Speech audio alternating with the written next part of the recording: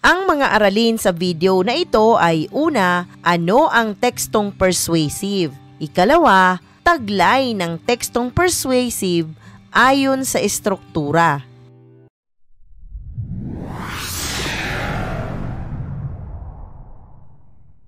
Ano nga ba ang tekstong persuasive? Ang tekstong persuasive ay isang mahalagang aspeto na naglalayong impluwensyahan ang mga mambabasa o tagapakinig na paniwalaan o suportahan ang isang ideya, opinyon o pananaw. Ito ay isang masusing uri ng pagsusulat na naglalayong magbigay katwiran o makumbinsi ang mga tao na tanggapin ang isang partikular na perspektiba o pananaw. Ang tekstong persuasive ay naglalayong gamitin ang mga argumento, ebidensya at lohika upang maipahayag ang isang ideya o paniniwala.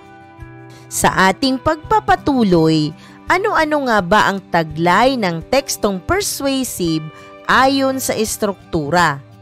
Unang bilang, punto ng argumento. Ito ay mga pangunahing punto o dahilan na sumusuporta. Dapat itong naglalaman ng mga lohikal na paliwanag at ebidensya upang patunayan ang pahayag ng manunulat. Sa ilalim ng prinsipyong ito, inilalatag ng manunulat ang mga argumento ng kabilang panig bago niya ito sagutin. Ito ay isang paraan ng pagsasalaysay ng mga opinyon ng iba bago ilahad ang sariling panig. Sa karagdagang paliwanag, ito ay mga pangunahing punto o dahilan kung bakit sumusuporta. Kailangang ito'y naglalaman ng makabuluhan at pinag-isipang paliwanag, datos at ebidensya bilang patunay sa mga pahayag ng manunulat. Mula sa kanilang matuwid na paninindigan, mailalahad ng manunulat ang kabilang katwiran at punto bago niya ito bigyan ng kasagutan at komento. Ang pagkuha ng panig ng kabila ay isang paraan upang maglahad ng sariling opinyon at argumento batay sa kanilang prinsipyo. Ikalawang bilang, ebidensya. Ito ay mga konkretong halimbawa, datos o katibayan na nagpapatibay sa mga argumento ng mga manunulat. Ito ay ginagamit upang patunayan ang kredibilidad ng mga pahayag.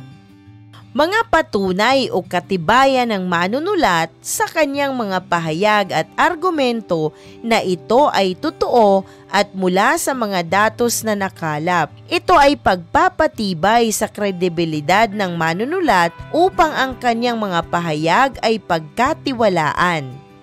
Ikatlo, analysis. Sa pagwawakas ng teksto, inilalahad ng manunulat ang kanyang pangwakas na pahayag o konklusyon. Ito ay muling nagpapakita ng pangunahing punto o ideya na nais niyang maiwan sa mga mambabasa. Ito ay isang paraan ng pagpapahayag ng mga ideya at pananaw na maaaring magkaroon ng malawakang impluwensya. Nakapaloob sa analysis ang pangunahing kaisipang nais ng manunulat na maiwan sa mambabasa. Muling ipinapakita ng sumulat ang kanyang matibay na panig ukol sa isang paksa. Ito ay isang paraan upang ipahayag ang kanyang ideya sa kabuuan na maaaring makaimpluwensya sa maraming mambabasa sa kanilang magiging pasya. Isang mahalagang aralin muli ang iyong napanood. Maraming salamat sa panonood sa channel na Aralin sa Filipino. Huwag mag-atubiling mag-comment ng inyong tanong, suggestions o paglilinaw ukol sa aralin.